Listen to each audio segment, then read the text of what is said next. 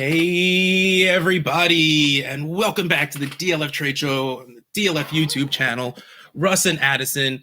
Hold on, I am the world's most okayest fantasy football player here to give you some advice. That's how that works, right? All you got to do is be okay, and people will listen to what you got to say. Be okay with a mic. Or a Twitter account. It's a matter of opinion. Have a clever name and people will start listening. So the idea we're going with today is second year question marks, because this is always a big topic. Contention's the wrong word, but like a battle that goes on in my brain. You know, we have our preconceived ideas of what a prospect could or should be in the league. They come in, they show us something most of the time, because sometimes if they show us nothing, that actually is showing us something. Yes. But you know, confirmation bias is so much easier to accept than when it's not what you were expecting on both sides, whether it's better or worse. I've said it multiple times on the show, and I actually wrote an article that I submitted yesterday about one of the players we're about to talk about. And in that article, I say, I'm so much better at accepting when I was wrong about disliking a player than I am to accept that a player I liked is actually not good. And when I say not good, I mean for fantasy, you know, because that isn't always the same. You know, being good at football doesn't always mean you're good in fantasy. Being good in fantasy doesn't always mean you're good in football. So the first player we're going to talk about is Anthony Richardson. And this one's even tougher because we got glimpses and then he got injured. And not only did he get injured, he got injured on his throwing shoulder, which leads to so many more issues and things that we can't give concrete answers to. I feel like if we had a full season, we would know how we felt about Anthony Richardson. Like if we had a full season, we would know whether his legs were enough to keep him afloat, or if maybe, I mean, it took Josh Allen like 3 years to really come into his own as a passer, but maybe he just figured something out, which is always on the table. It's always a shot that happens. But of course, he gets hurt. He injures his throwing shoulder, no less. So now we're sort of pushed further with these questions in our head. And especially with someone who is valued as highly as Anthony Richardson was / still is, that makes it really, really tough to trade with him in mind. Do you have any strong feelings one way or the other about Anthony Richardson, or anything to add to the way too long a rambling I just did? He just seems to be the one quarterback in the top 10 that I just really don't have an opinion on. Like, I feel like, but isn't that rough to call a top 10 quarterback someone you don't have an opinion on? That feels wrong. Yeah. It's just like I am in or out on all the other 9, and Richardson is just kind of there, you know? And what's funny is I looked at ADP last May after the NFL draft. He was the QB 11 overall in ADP. This May, he is the QB 7. So he's gone up 4 spots of positional ADP value, not to mention the climb into being a top 8 overall Superflex startup pick. He's 8th overall as the QB 7.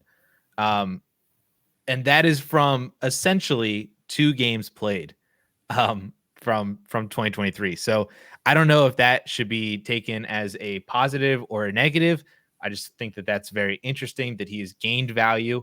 And he really hasn't done all that much to be more than just the same kind of level of prospect and hope and potential that he was coming into the NFL from college last year.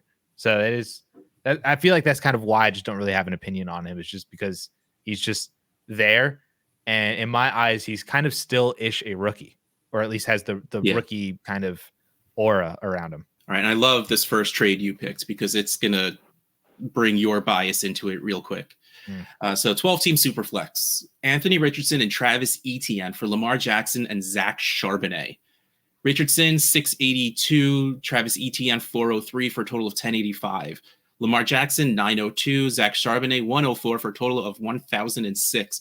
Now, I rounded on those, but the actual math has them both at 0.0. And for some reason, I find that impressive, even though that is the dumbest, most nonsensical thing in the world.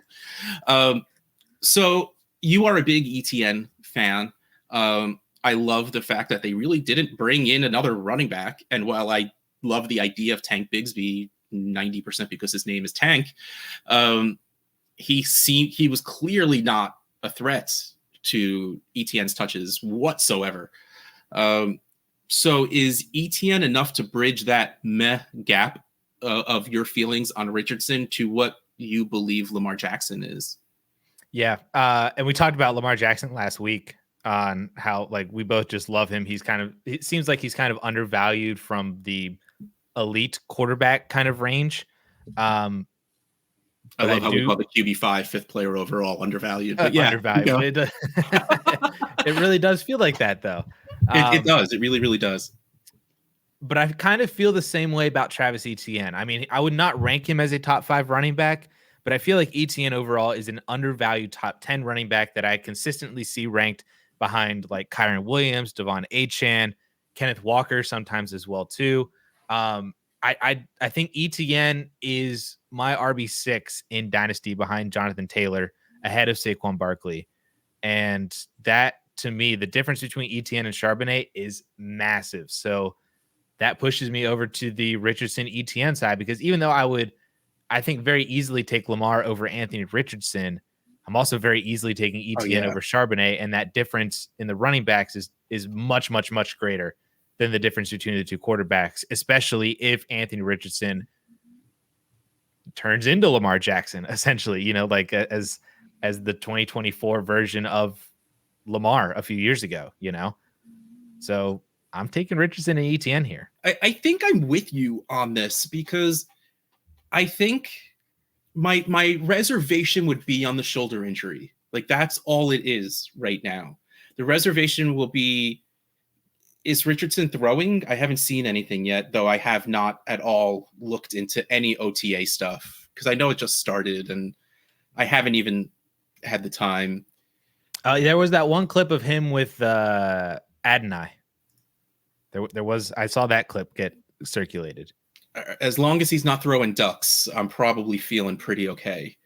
Because, I mean, let's face it, this is the NFL. They're going to shoot him up with painkillers and he'll just ice it down like crazy after the game. That's not the greatest way to live as a human being, but that is how that's how athletes really operate in general. It was a pretty good pass. I just rewatched it. It was a good pass. Good. So taking that concern sort of out of it, even though longevity is still a concern, I think I'm with you on this one. I think ETN will score enough to more than cover the scoring difference between Richardson and Jackson.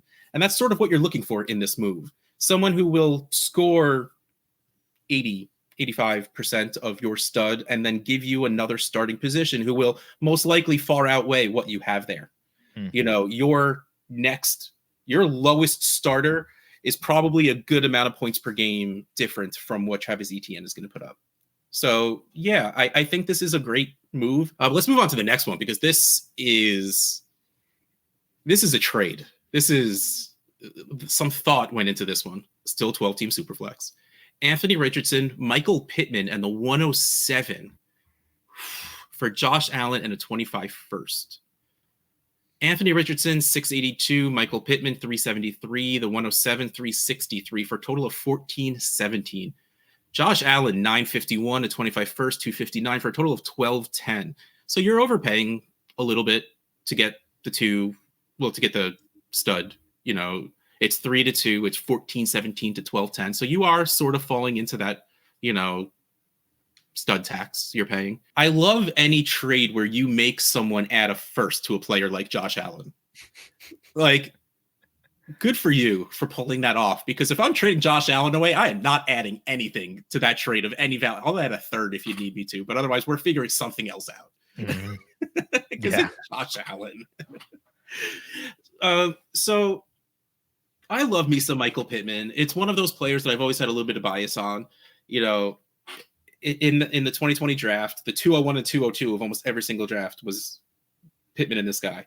And I traded in multiple times to get both of those picks. And it took a little bit for Pittman to come on. And he did well the 2 games with Richardson and still continued to do really well with Gardner Minshew. And they bring in A.D. Mitchell, who I think is zero concern for Michael Pittman. You know, I would have been concerned if they brought in Neighbors, like a couple of mocks had them doing.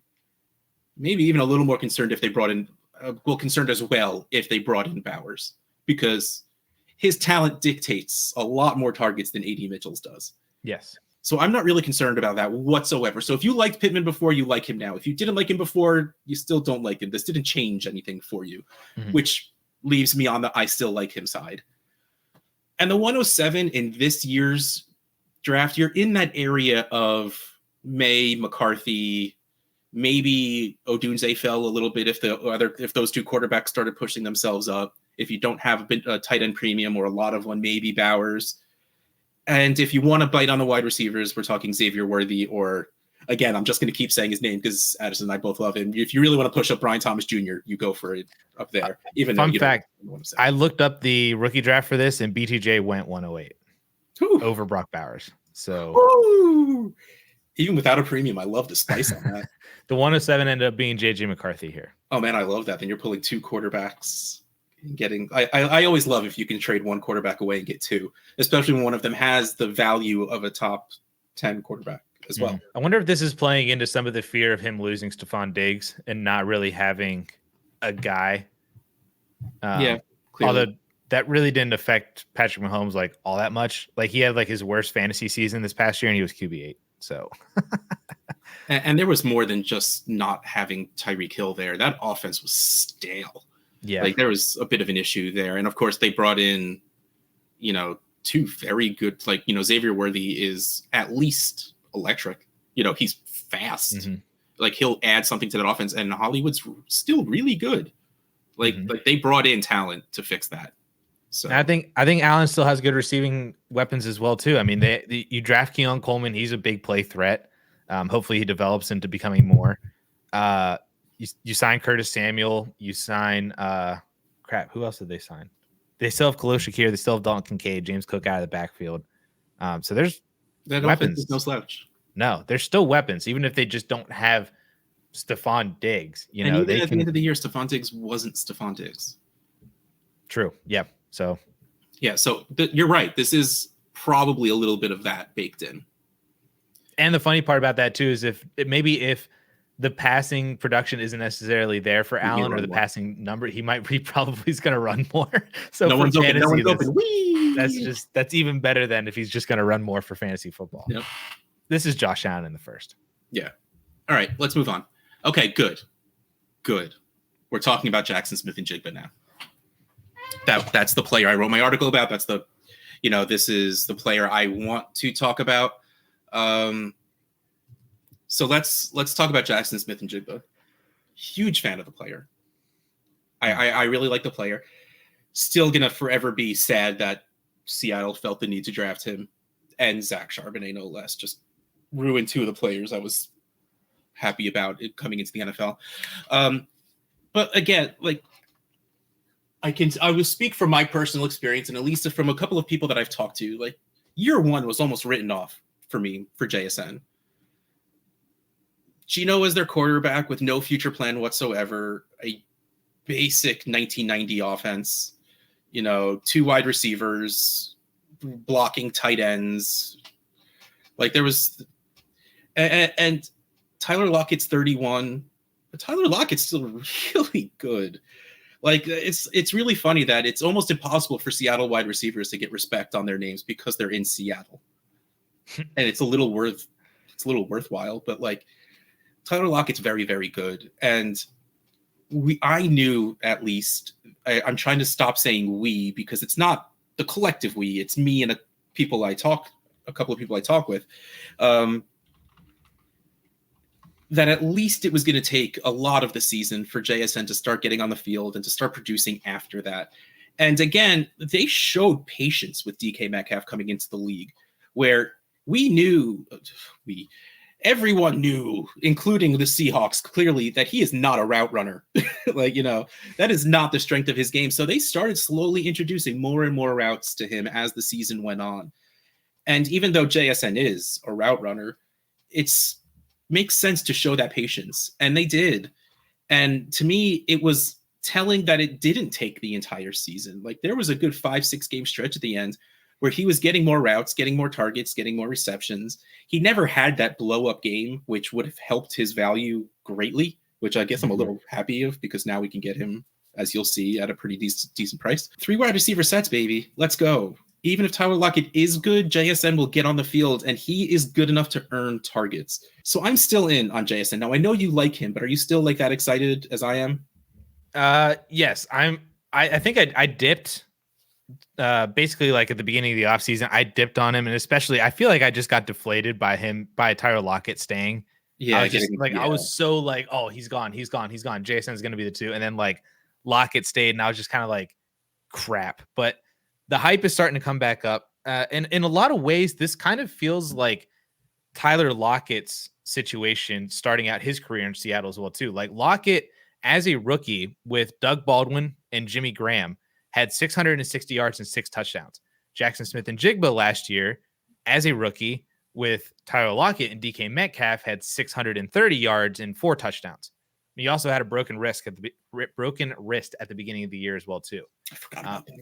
And so, like, Lockett took a couple more years before he really started to take off, but because he was involved so much in like special teams and stuff, and he kind of had like a gadgety kind of feel to him at the very beginning of his career. But I remember like Matt Harmon specifically, reception perception, looking at like route running, he was in on Tyler Lockett, and he's also in still on Jaxon Smith-Njigba because he is still just that good of a player. Yep. And like you said, if he's able to get on the field more in 3 wide receiver sets and an offense and an offensive coordinator that's coming from Washington that made Odunze, Polk, and McMillan like basically all 1,000-yard receivers, like there's an opportunity here. If Smith-Njigba is playing a lot of snaps for him to just get targets because he's going to be that good and that open on the field, no matter who's a quarterback, no matter if he's playing with Lockett and Metcalf. And then hopefully then next year, Tyler Lockett is gone. And now it's, we're back to DK Metcalf and Jaxon Smith-Njigba tightening up the target share a little bit too. So if you're able to buy low on him now, hopefully year 2 is a really, really good year. And then we're looking at year 3 again as another big time, like one more step forward, big time breakout next year. All right. So 12 team, 1 quarterback. We have JSN and the 303 for the 106 and Josh Palmer. Now I need to do this in my head because I don't have any 1 quarterback leagues. Marvin Harrison Jr., Malik Neighbors, Odunze, Bowers, and then we're in like Worthy and Brian Thomas Jr. and Brooks. Yeah. It's basically like the 10. It's like the 110 kind of. It's like 111. Yeah. I guess let me ask you the basic question first. Who would you rather have between JSN, Xavier Worthy, or Brian Thomas Jr.? Like, what's your order of those 3? So my order is BTJ, JSN, Xavier Worthy. I have BTJ ranked over Xavier Worthy as rookies right now, and I would just slot in JSN right between them if he was a rookie. While I think the value is perfect in this area, because you're right, he slots in there somewhere. I don't want to think about it. I don't want to think about it in those terms. That being said, I have no idea what to do in this trade because the 303 and Josh Palmer bring nothing to this. And to put them both out there, JSN 409.9, the 106 at 425. They're the same, exactly. Like that's where they belong. They are equal. I don't think I do this deal in general because I don't know what to do. Something else needs to make you make the move in another direction. And I don't know what that would be Palmer. Because JSN is still a 22. He's younger than Worthy at least. I don't know if he's younger than Thomas Jr., but like he's still only 22. And again, we've seen him be pretty good in the league. I would feel better if we saw him be good or great in the league, but I don't know if the rose color tint on my glasses of Worthy and Thomas Jr. are too tinted for me to want to take JSN there. So I think I take the cheater's way out of this question and say I keep whichever thing I have, but I think the value is perfect. What if I told you that we'll toss out 303 and Josh Palmer? I'm going to say that this trade is Kyler Murray and Jaxon Smith-Njigba for Anthony Richardson in the 1.06 in a superflex. We'll call it the 110 in a superflex then. I'm just going to take the Kyler Murray side. So that is the deciding factor for you. Then you need something else exterior to JSN versus the rookie to make you want to make this move. Is you need different pieces. I think Kyler Murray's that much better than Anthony Richardson. That's the problem. Right. That's what I mean, though. And I mean, you could turn this into a running back trade question. And what if I told you this was Saquon Barkley in JSN or Devon Achane in the 106? Oh my God. I just, if I'm on a laptop, I just close that and walk away. I let it expire. I don't acknowledge it. I'm like, no, I can't have that in my life right now. Saquon and JSN or Kenneth Walker in the 106. Oh, I don't like Kenneth Walker. That's fine. Yeah, I know you don't. So that's why I'm trying to make it so that there are kind of even players in a different position, but I know your opinion on them to make you want to make that decision then. Yeah, they're equal enough for me that you're right. I would need to have some sort of bias towards one side to take that pick. But again, that also means that it's completely even. Yeah. And that's where my answer to this, I'm taking the JSN side on this because I have bias at that 3.03 over Josh Palmer to where if I'm able to grab Javon Baker or Ray Davis or one of the like Ben Sinnott or Jatavion Sanders, I want all of them so much more than I want Josh Palmer that I will then take JSN. That's the decision for me of taking JSN versus the rookie. Look, man, you're talking about the wide receiver one of the Chargers right now. So honestly, I don't hate that.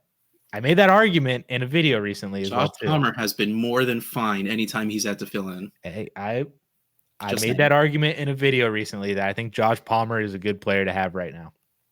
All right, so we need to move on to the next one because this I used, again, to say the specific trade is tough because it's a draft pick. But I used this trade in my article. It is a 12-team superflex where it's straight up JSN for a 25 first. Now, the one I specifically picked was, I looked into it, the team finished 8th this season. And again, that doesn't mean much for next year. Many, many things can happen, but it's enough to say that it's most likely mid and won't be early. And they get a player, then if JSN does well, it makes their team a little better. But if you're telling me I can take away a lot of the mystery of having to wait a year, and if I believe my team is a playoff team, and I can just get Jaxon Smith-Njigba, I'm going to do that every single time. I don't care what direction my team is in. I don't care anything, because if you're rebuilding, you're getting a 22-year-old wide receiver. If you're rebuilding, you hold on to that and hope it's the 101. That's different. But like, if you like your team is aging out, yeah, you go get your 22-year-old wide receiver. If you're just competing for the sake of competing, your team is young and all that stuff, you just go get the 22-year-old wide receiver that you already like. Like, there's no side of me that takes a 25 first on this unless it looks like it's going to be top 3. Yeah, it really has to look like it's going to be like a bad team, like a bad, very bad. And more than likely that bad team's probably like, I'm not trading my first, even if it's for Jaxon Smith-Njigba. They're probably. You shouldn't do that if your team's that bad. If your team is bad, you hold on to your first for as long as humanly possible. The interesting part about this trade was I included this in here because this happened multiple times in the trade finder. Like if you're just scrolling through from back through May into April, there are JSNs for 25 firsts all over the place, and one quarterback and super flex, probably various degrees of team strength for that 25 first as well too, to where that could sway from early to mid to late to just late entirely.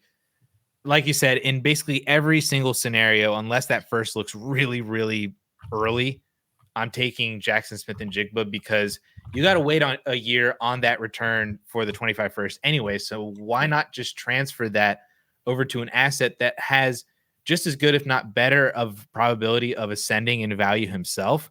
But then by this time next year is probably going to be a better pick or better player or asset than just a random 25 first, let alone if that first is mid to late and in a kind of underwhelming class already. Not to say that I'm out on buying future first round picks because the class doesn't look good, but that's something that's kind of weighing in here too, is that 2025 doesn't seem to necessarily be one of the strongest overall classes.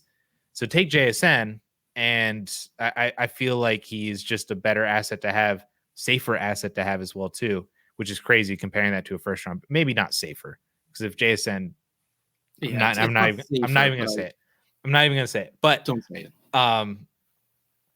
JSN is probably just as good, if not better, of an asset to have next year in terms of higher value return in 12 months. All right, so we're going to now move on to what's almost a little bit of a similar conversation, but it's actually not, because we saw Jordan Addison score some points. Of course, now we have to play into, well, Justin Jefferson was hurt. Well, they don't have Kirk Cousins anymore. I don't think I care. Like, even when both of the wide receivers were on the field, Jordan Addison still was getting his. Now we're going to have at least half a season without Hawkinson on the field. Yep. So even if you did have Hawkinson as the second target behind Jefferson, we still have at least half a season of Addison to gain those repetitions with. Please just start McCarthy. Don't make us watch Sam Darnold for the beginning of the season. Just let McCarthy start, please. So like they'll have that time to work together, and I think that's clearly in their benefit. Addison to me was like in lockstep with how I felt about JSN. Like I loved both of them as players. Again, it was a little iffy how you feel about the landing spot. Like we constantly say that having good players on your offense isn't bad for you. You know, right? We can love Jalen Waddle, and Jalen Waddle can produce even though Tyreek Hill is there. Last year, not including, because they were literally just trying to get Tyreek to break the record. Like that's all they were trying to do for like the entire season. Hopefully things go back to normal this next year. But like there's plenty of offenses where multiple wide receivers can finish as top 20 wide receivers. And I firmly believe that these are two wide receivers, Justin Jefferson and Jordan Addison are two of them that can do it. The one thing I will say is that he had a lot of touchdowns last year. He had 10 touchdowns, which ranked, it was tied for 4th among all wide receivers last year on only 108 targets. The interesting part about that though, is that Jordan Addison on a total fantasy points basis was the wide receiver 23 last year.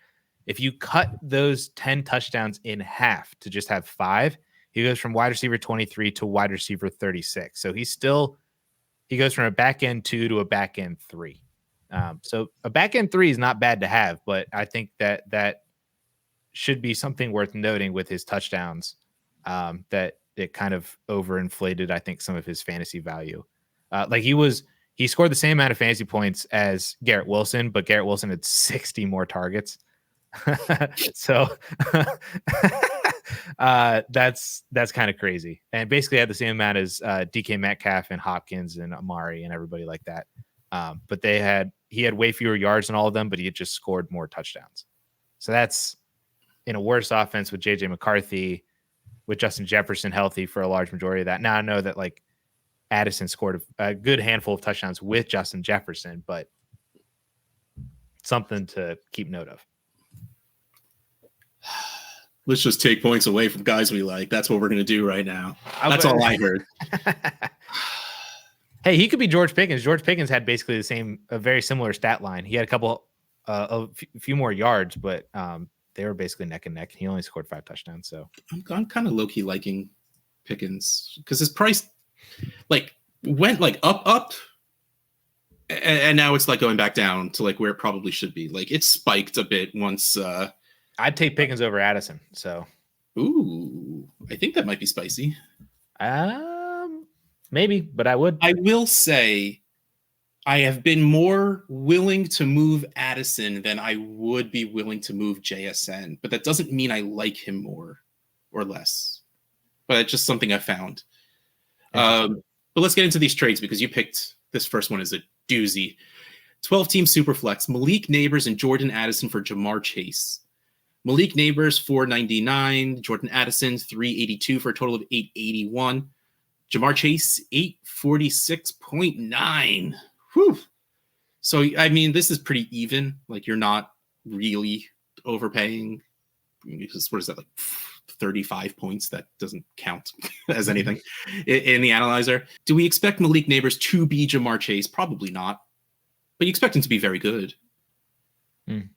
then this feels fine. Like if you do, if like Malik Neighbors somehow pulls out 80%, 75%, because you should go a little lower because Jamar Chase is top tier at his position. And Malik Neighbors' rookie year comes out at 70% of Chase's scoring. I feel like you feel great about that.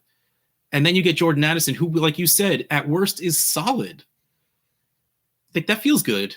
It's a little risky for me to do right now, but I don't hate this. Like if I have a bad team and I'm in rebuilding and I don't have enough assets to build around Chase, like I need to split him up, I think I'm okay with this. Other side around, I think I pretty easily send these two to go get Jamar Chase. Yeah. Yep. I'm taking Jamar Chase here, unless you're in that circumstance, like you said. Right. When you have to make it super specific, that means you're just taking the other side. I'm taking Jamar Chase in 9 out of 10 situations, unless you're in that one situation where Chase is just far and away that much better of an asset on your team, and you really need to rebuild, and you just need more players that can hopefully gain value. That's where then you take Malik Neighbors and Jordan Addison.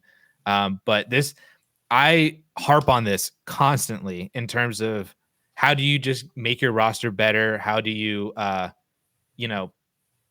shed roster spots actually as well too, to then have more opportunities to have dart throws on tight ends or handcuff running backs that can produce in season. It is trading up at the wide receiver position, and just, you're never going to be sad to have Jamar Chase. And even if you gave up Malik Neighbors and Jordan Addison to do that, if that feels like a lot, you were never going to be sad to have Jamar Chase. And this is just a perfect example of that. To me, I think Malik Neighbors could have like a Garrett Wilson level kind of start to his career, where the offense is really holding him back. I mean, it's so clear and obvious that he is uber talented, but the offense is just really, really holding him back. And even if he gets a boatload of targets, like I just said, like Garrett Wilson had 60 more targets than Jordan Addison last year, and they scored identically. And Garrett Wilson scored 4 fewer fantasy points per game last year than Jamar Chase. So if that's where we plug in Malik Neighbors, now you have to have Jordan Addison fill in that 4 point per game gap over whoever you were already starting over Addison. I'm taking Jamar Chase here in, like I said, in 9 out of 10 situations. But this next one is very much more linear. It is Jordan Addison and Jaylen Warren for Travis Etienne. Again, going back at your heartstrings on this one. Jordan Addison, 382. Jaylen Warren, 87 for a total of 469. Travis Etienne, 403.4 by himself. So here at this level, you're overpaying by like 50, 60 points. And that really probably is enough. Well, I guess let's first start. Is Jaylen Warren going to be worthwhile in fantasy at this point? Like that's really what this comes down to, I think. I think if you think Jaylen Warren's going to be an RB2, then you might be more willing to take the Addison side. But to me, I think even me and running backs, I think I do this for ETN. Yeah. I've not been the biggest Jaylen Warren fan. I think it's very obvious that he's better than Najee Harris. But he's faster than Najee Harris. And that's what you needed to be with that lack of offensive line. You just needed to just yeah, you just needed to be able to run away from that offensive line because they are not helping you. which seemingly got better, and Najee Harris is on a diet. Oh, yeah, he's down like 15 pounds or something. Best shape of his life, baby. Let's go. Best shape of his life season in an Arthur Smith offense. Let's go. Let's go. I think Jaylen Warren is fine. I think he's a fun RB3 that honestly is probably going to be more annoying for you because you're never really going to know when to start him, and you're never going to feel comfortable starting him. And he's just constantly going to be that guy of, should I plug him in this week? Should I not? Should he be my flex? I hate those types of players because they make me think on Sunday mornings, and I hate having to do that on Sunday mornings. So in general, don't like thinking. Just thinking in general, but especially on Sunday mornings when my lineups, hate it. Absolutely hate it. So this is another reason why I love just doing 2-for-1s and moving up to get better players is because it takes away that decision making, but you're also just getting a better player in general. I'm taking Travis Etienne here. Jaylen Warren does not bridge the gap for me between Etienne and Addison. It would need to be either a running back that I feel more confident in, not necessarily to just like replace 80% of Etienne's production, but it would need to be, even if this was like Joe Mixon or somebody who's going to give me more points, but is kind of valued around the same ish, or Aaron Jones or somebody like that, It would have to be that, or Jordan Addison would have to be a better wide receiver. Whereas I'm just like, If you heard me talk about Travis Etienne earlier in the show, so I'm just taking Travis Etienne. if you're rebuilding, you're deciding that your team's not it. Would you like? Is this a trade you would even like acknowledge if like you want to get out on running back? Like, let's say you're me. You don't like running backs. If you're rebuilding your team, you're getting rid of running backs and you want young wide receivers. Would you do so? Again, Jalen Warren makes no sense here, but like pretend it's a 87-point wide receiver. Yeah, no, I got you. If it was like Ricky Pearsall. Yeah, somebody like that, or Adonai or somebody. Yeah, like I just pulled up and that was the first name and close number I saw next to Jalen Warren's name. Keon Coleman's right there also. Like if it was them two, I think I do that. You know, again, when we have to talk about very specific situations, that usually means you're taking the other side. But I think in that situation, I would be fine with this. I would it is downgrading from what could be a top 5 running back to what will hopefully be the top 24 wide receiver. I think I do that in that situation again, especially if that is like a mid-second, right? You know, second round rookie draft wide receiver or second year wide receiver of that same value, which man, there does not seem to be any as I'm scrolling through this. Josh Downs, I guess it's still technically up there. So I think that's something I'd be fine with. But again, when you need to make that specific situation, it's good to tell people listening because maybe they are in that specific situation. But if we as the hosts of this show have to come up with that niche of an idea, that means it's the other side, in which case, this is Travis Etienne. And you're making me pick a running back over a young wide receiver, and I hate you for that. You're welcome. And on that lovely note, that is the end. So this has been the DLF Trade Show on the DLF YouTube channel. Russ Fisher, Dynasty Outhouse, Addison Hayes at AmazeHayes_. Catch you next time.